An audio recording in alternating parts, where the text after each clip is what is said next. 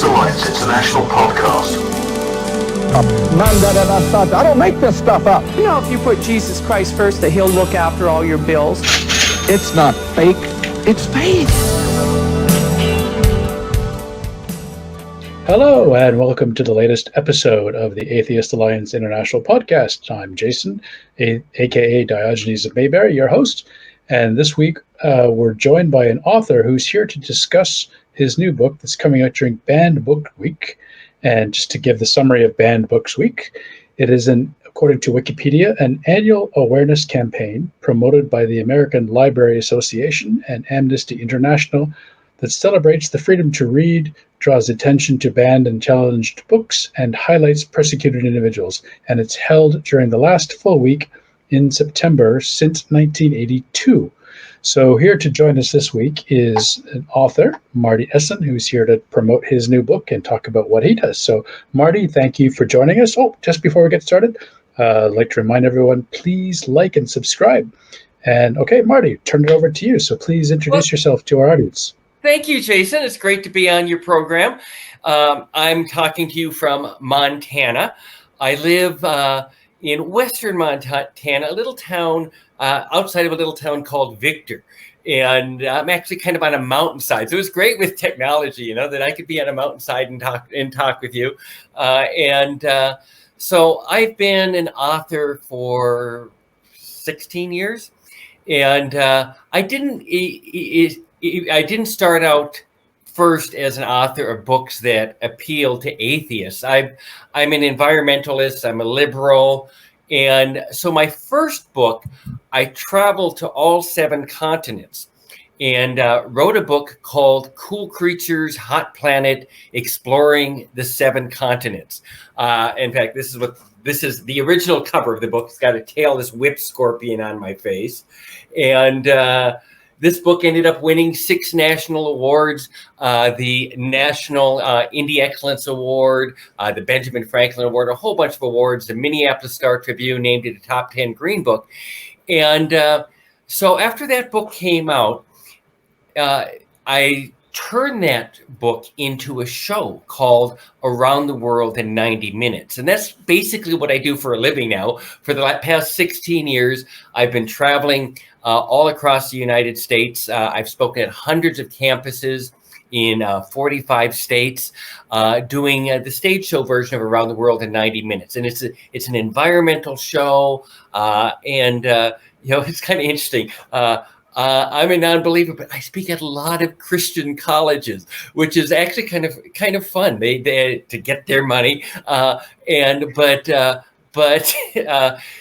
there's been a few times where they say, well, you can't talk about evolution and things like that. But if they're going to pay me, I guess I'll do what I'm going to do. But mostly it's a show about exploring the world, looking for rare and interesting wildlife all over the world, great adventures.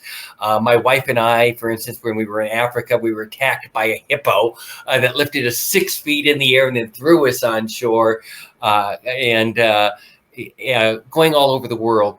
And then I followed that up with another book called Endangered Edens, Exploring the Arctic National Wildlife Refuge, Costa Rica, the Everglades, and Puerto Rico, which is another outdoor adventure book. And then after writing those 2 books, I decided to move into fiction. And that's where I got into books that kind of relate to non-believers. And it actually was going to be my very first book. I had this idea. I was going to write a novel, and it was going to be a time travel novel. And for that time travel novel, I was going to have the protagonist go back to the time of Christ, have a variety of adventures back during that time, and then come back to present time and find out that when he opened up the Bible, his name was there instead of Jesus Christ, and he had become Jesus Christ. But I started to write that before I wrote my first 2 nonfiction books, and I really didn't have the chops to do it. And so it was, a lot of times an author, their first book is a failure, and mine was, and because I just wasn't quite ready to do that. But after writing the 2 nonfiction books, I went back with all that I had learned working with editors and just the experience of writing books. And I finally was able to do basically that kind of book. And it became this book called Time is Irreverent. This book basically, my characters do go back in time, and they meet Jesus Christ, and we can debate on whether Jesus Christ really existed or not. For the sake of writing fiction, I figured I can have a fictional character in a fiction book. So we went back to the time of Christ and found out that my characters found out that Jesus was basically doing magic tricks to get people to believe him. And so they kind of exposed Jesus for these different things that he's doing. And actually for that, what I took is I had read a lot of different things about how today's preachers use different tricks.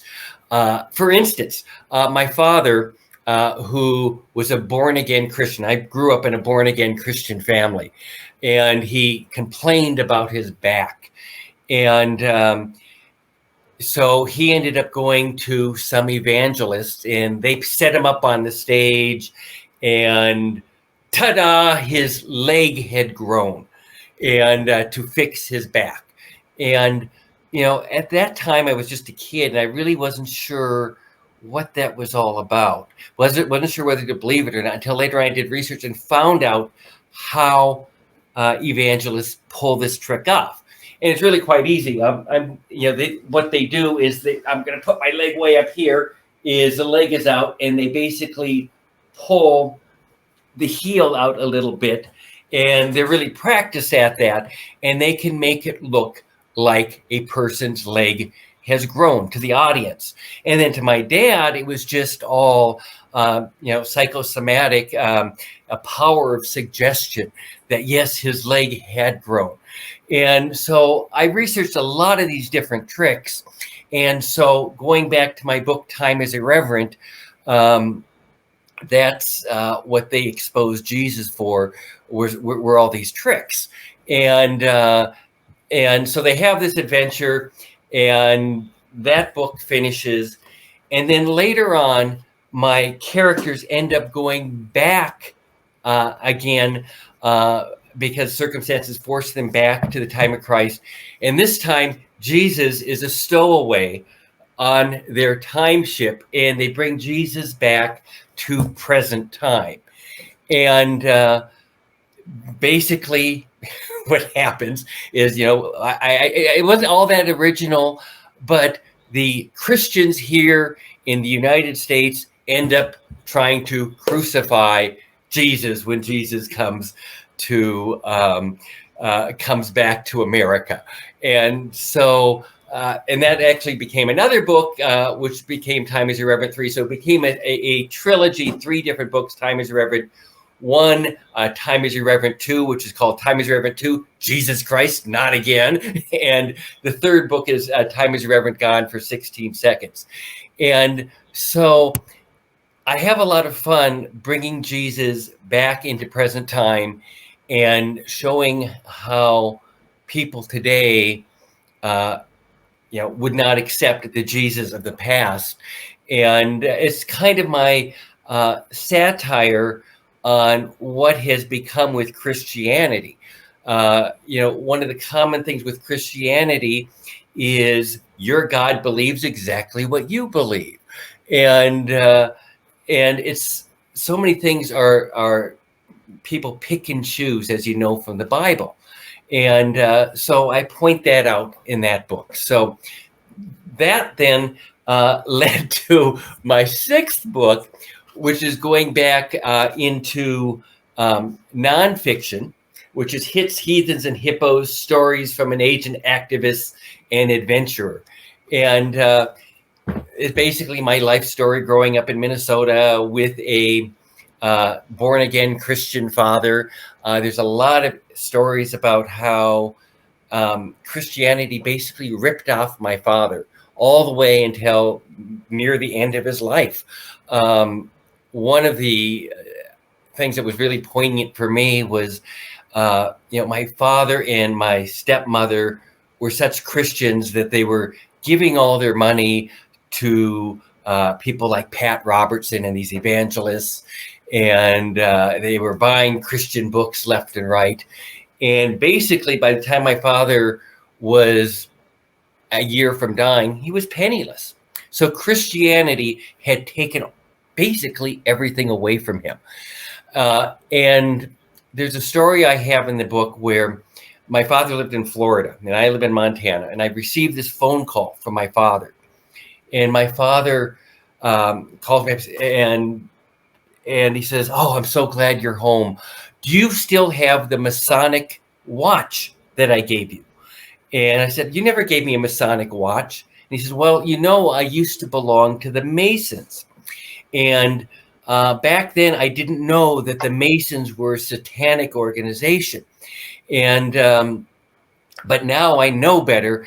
And I was at church today, and at church, the minister started talking about all of these jewelry that will become possessed if there's a divorce or something bad happens. Satan will possess this jewelry. And I thought about this watch, and you need to find this watch, and you need to promise me you're going to throw it away. And then he goes on about how the minister put a basket on the altar and had everybody bring their possessed jewelry and put it in the basket. And of course, I know that the minister is going to just take that jewelry and he's going to sell it. And it was just, throughout my life, I've seen so many times where Christianity has just ripped off people. And that was just one of those times where they ripped off my dad. They ripped off everybody in the congregation. But the people believe it. So that's one of the many stories I have that are real life stories in Heathens and Hippos. There's other stories that deal with me. I was a talent agent. I used to manage rock and roll bands when I lived in Minneapolis. I was in radio for a long time. And so there's all sorts of different stories in that. But there's the ongoing thread about me going through life, being a non-believer, having to pretend with my dad, the born-again Christian. Another funny story, and this one I think is legitimately funny, is when I was probably 10 or 11, my parents were divorced, so I would go down to Florida once every summer for about a week, and I would spend a week with my dad. And the first time I was down there, he took me to Disney World. And he took me to, I can't remember what the roller coaster is called, but this is an indoor roller coaster. Space Mountain. Space Mountain, you got it. He took me to Space Mountain. And so we get in and we take off, and it's dark inside. And the entire time, my dad is praying at the top of his lungs during the ride. And, Space Mountain for a 10-year-old is scary enough. But when your dad, I'm kind of sitting in between his legs because that's kind of how we fit in the roller coaster, with your dad praying as loud as he can as we're going through the roller coaster. So that was truly a terrifying ride. So it terrified me when I was there. I was there maybe when I was about 8, a little younger than you. Yeah. And I remember that ride scared the crap out of me. So. Well, yeah, because it's dark and all of a sudden there'll be a little light and it looks like you're heading towards a wall, and then, of course, my dad praying out loud. So, I've gone through a lot of that. And that gets me to my final book, which is kind of which I'm releasing this week to kind of coincide with Banned Books Week. Because, Banned Books Week it's an important week here in the United States because, there's so much of banning books and book burning that has come back. I mean, I thought this was over with. And reading the paper on the internet or anywhere, there's story after story, especially down in the South, where books are being banned. And I've kind of experienced a version of book banning with my Time is Irreverent series. I've never actually officially had the books banned, but there is a thing called review bombing. And so what review bombing is when people work in a group and they go to places like Amazon or Barnes and Noble, and they post 1-star reviews in an attempt to tank the books. And when Time is Irreverent came out, there were Christian groups, there were military groups, different people, all, of course, far right, attacking my book. And almost all of them had not read the book. In fact, there's one that just said, I have chosen not to read this book, 1 star. I had ones that said Trump 2020, 1 star. Fortunately, a lot of the book sites, they can see that, yeah, these are not legitimate reviews. This is maybe somebody who read a few pages in the book and then told all their friends that this is an anti-Christian book, and then they all go and they post 1-star reviews, which, in an attempt to tank the book. So I have had that happen with all of my Time is Irreverent books, with people doing that, especially on Amazon. Some of it did it on Goodreads, some of it did it on Barnes & Noble. Got some of them removed. I've actually saved some of them because what they don't realize is they actually help my sales. People will go to Amazon and they'll see, liberal. This is a liberal book you should not buy. And of course, if anybody liberal sees that, they say, oh yeah, I should buy it. And so in some ways it has helped me with my book sales. But after experiencing that review bombing, I decided, I'm going to capitalize on it this time. And for my latest book, which is going to be published this week, called Dr. Refurb, this book I'm kind of promoting as the most frequently banned book of 2033. And then I have in parentheses, we're time travelers, we checked. And it's a really funny book. All the books I write are humorous. But this book, more than any other book that I've written, goes after far-right politicians, and it goes after evil done in the name of Christianity. And so what I wanted to do with this book is there's actually 2 parts to it. The first part of the book, I'm going on the environment is so important to me and stopping global warming. What I really wanted to do is show how right-wingers, and I'm primarily talking about America, but I'm also talking about Brazil, where you've got the president down in Brazil that is tearing down the rainforest. And I'm going after some others in other countries as well. But most of it is in America, on how these people are basically trashing the planet, and there's not a whole lot we can do about it. I call it slow murder, because what they're doing is they're basically helping to cook planet Earth. And so the first part of my book is, I have a doctor, his name is Dr. Stephen Weston. He lives in Western Montana, and it's during the COVID-19 pandemic. And he's, after a day during the pandemic, he comes out to his car just exhausted, and this voice starts speaking to him and basically says, if you ask us, there'll be gum.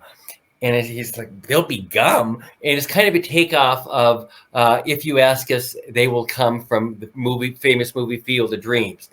And it turns out that this alien is new at speaking English. And eventually they straighten it out that it's, if you ask us, they will be gone. And so there's this alien from another planet who is a planetary consultant.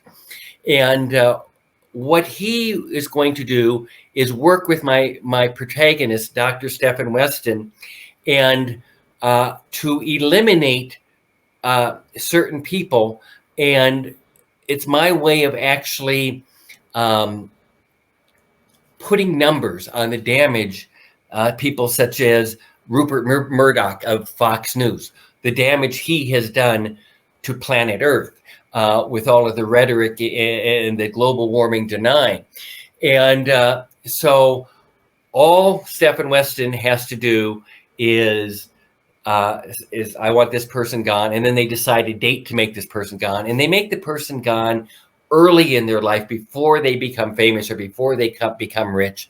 And they're not killed. They're sent to they are deported to a depository planet. And then they'll be able to see, well, okay, we got rid of Rupert Murdoch. That added 30 years of viable life to planet Earth. And the goal is to make it to 200 years of adding viable life to planet Earth before global warming catastrophe. Now, where the atheist part comes in is the second part of the book. And because when these people are gone, for each person gone, it costs Stephen Weston a limb. And it's replaced with a refurbished limb, which is a superior limb. And bionic man sort of thing. Yeah, basically, you got it right. And that's kind of the whole concept. So, he's rebuilt as this really strong person. And he also has his girlfriend, Tara, who has the same thing happen to her. And so, they have to really decide, do I want to get rid of this person? Is it worth the pain of getting rid of a limb, even though it's replaced with a refurbished one?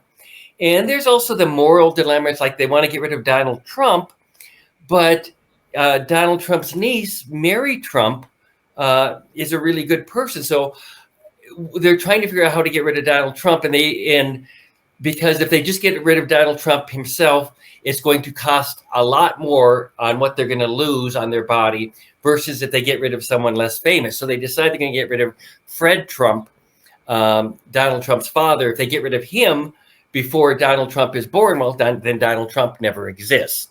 But they have the moral dilemma. Well, if we get rid of Fred Trump, then what happens to Mary Trump?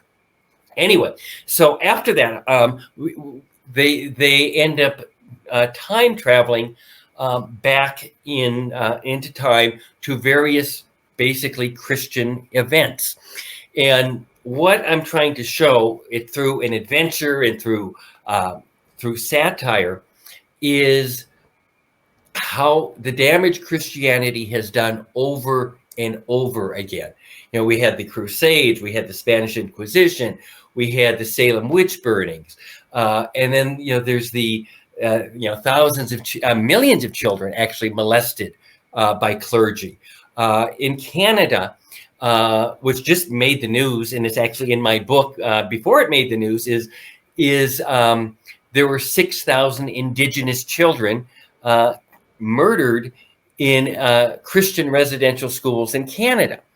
So there is another alien, basically a bad alien, that started out in Jesus Christ. And he is able to jump from person to person by occupying that person. And so they're going back through time, basically trying to find this bad alien and capturing him before he can jump to another person. And I just use it as my way of showing what Christianity has done. And they do run into this alien from time to time, and eventually, some of the adventures are they end up at a Catholic school for the deaf in Italy, and they try to find him there. And and I'm taking actual facts. There is actually a Catholic school for the deaf in Italy where all these children were molested. And I don't use that exact Catholic school. I make up a Catholic school for the deaf, but it's based on facts. And they go there and they have an adventure there.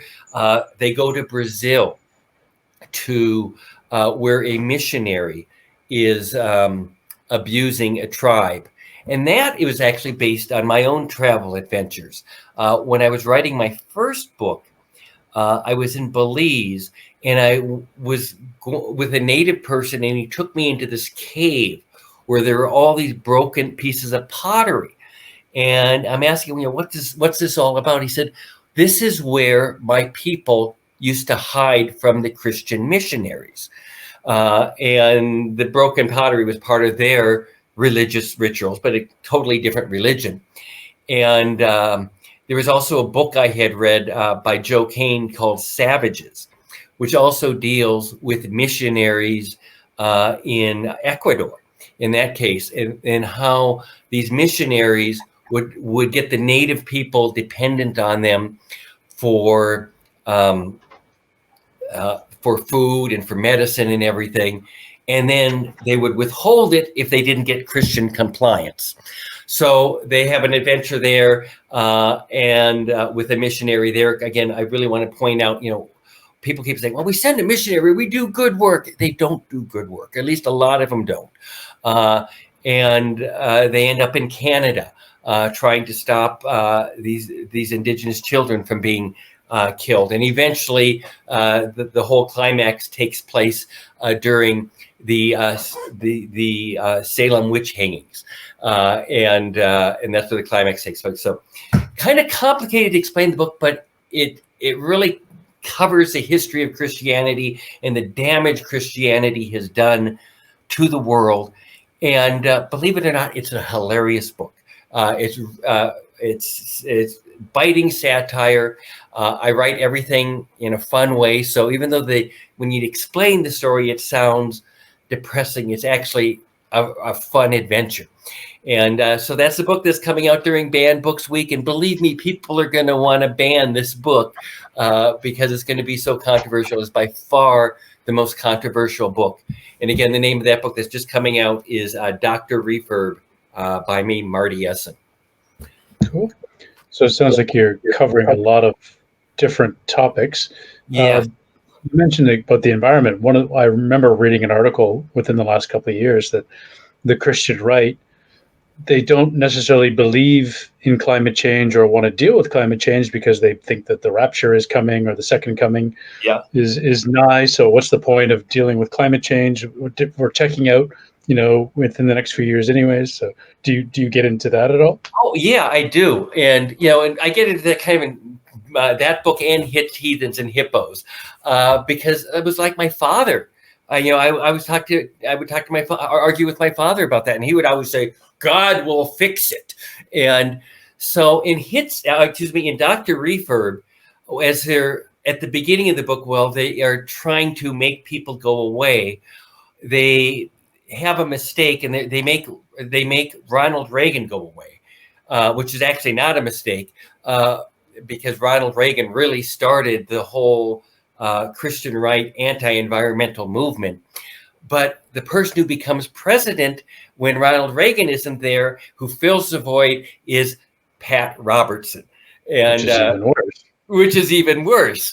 And so I have this whole thing about, here's what history would look like if Pat Robertson became president instead of Ronald Reagan. And so we get a look at that, and Pat Robertson's slogan as president that I made up is "God will fix it." So he uses "God will fix it," whether it be the environment or anything that goes wrong.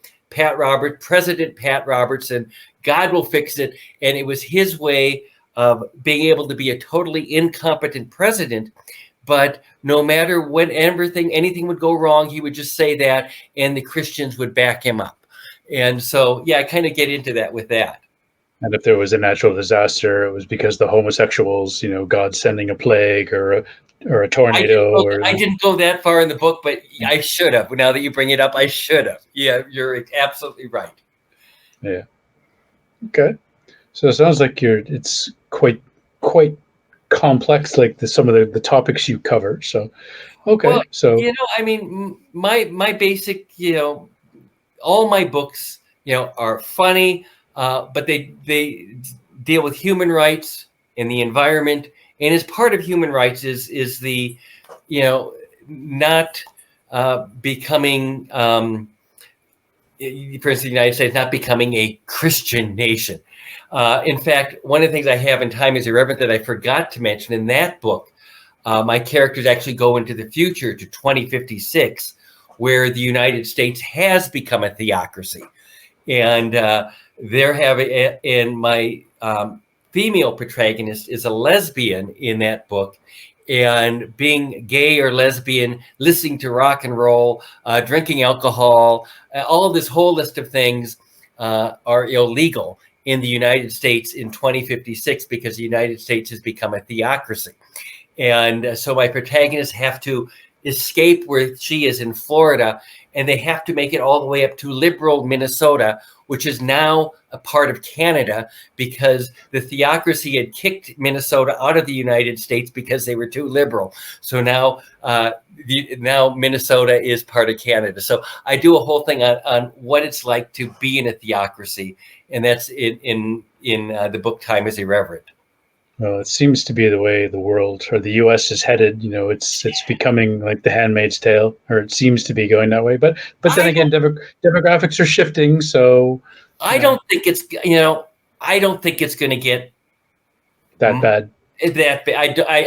I'm an optimist, and I think it's going to be. I think it's going to be stopped, and I think the next two elections are real. Well, the next two elections are going to tell us. I think the demographic shift away from evangelical Christians, like they're now they're not a minority, but they're no longer the majority, I believe, from the latest Pew survey. Oh yeah, Christian attendance at churches is now at an all-time low. It's under 50%, for the first time ever, and part of that is, Donald Trump did that. The Christian savior, Donald Trump. But there were other people that, looked at that and said, I don't want to be part of that anymore. And that was kind of how I got out of Christianity. I mean, I grew up in a Christian family, and I just finally, there was one day I was at church, and there was a woman who ran the Chamber of Commerce, and she and I were having a dispute, and we were at Christmas service, and we had a dispute in the newspapers, and after communion, she walked past me, and she had her child on one shoulder. She moved it over to the other shoulder so she would not have to look at me. And that was just that was the last time I went to church, because it was like, I can't hate enough to do this. I don't have enough hate in my body to do this. And then it was just really, looking at the facts and really opening up my mind. And, that's when I totally ditched Christianity. But that was kind of the straw that broke the camel's back, was that woman moving right during Christian Christmas services, move her child to the other side of her face so she doesn't have to look at me and I can't look at her. It was just love. Christian love. Yeah. Okay. Well, thanks for joining us today, Marty. Can you show your book one more time? Sure. Yeah. The newest book just coming out. By the time everybody sees us, it will be out. It's called Dr. Refurb by Marty Essen, and it's available worldwide. Amazon, Barnes & Noble, almost any internet bookstore. If you prefer to shop locally, if it's not at your local bookstore, they can look it up and they can order it. But it's really a fun book. It's controversial. People are going to love it. And it's all based, it's fiction, but it's all based on facts. Okay. And it's coming out during Banned Book Weeks, and we'll put the link down below for people to find it. So. Great. Hey, thank you, Jason, for having me on your program. It's been great. Thanks for joining us. Yeah. Okay. So we'd like to remind everybody to please like and subscribe, and we'll see everybody next week. And thanks. If you want to check out Marty's book, you can find the links. And thank you again, Marty, for coming on the show. Thank you, Jason. All right. Take care, everybody. And we'll see everybody on the next episode. Take care. Bye-bye.